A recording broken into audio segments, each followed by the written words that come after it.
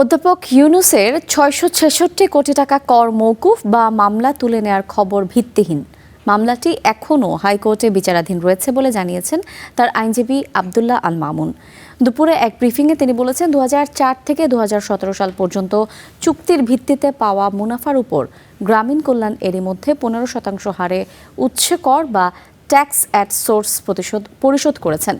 কিন্তু ২০১৭ সালে একজন জয়েন্ট কমিশনার তার এখতিয়ারের বাইরে গিয়ে ৬৬৬ কোটি টাকা কর আরোপ করে বলেন দাবি করেন তার। জানান এর বৈধতা চ্যালেঞ্জ করে গ্রামীণ কল্যাণের দুটি রিট শুনানির অপেক্ষায় রয়েছে। গ্রামীণ কল্যাণ সে ট্যাক্স ফাঁকি দিয়েছে। আসলে তো গ্রামীণ কল্যাণ ট্যাক্স ফাঁকি দেয় নাই, তার তো অ্যাট সোর্সে ট্যাক্স নিয়ে নেওয়া হচ্ছে। সে মামলা করেছে কেন আমার উপরে ট্যাক্স দেওয়ার পরও ট্যাক্স দেওয়া হবে, আর এইটাকে প্রচারিত হয়েছে ট্যাক্স ফাঁকির মামলা।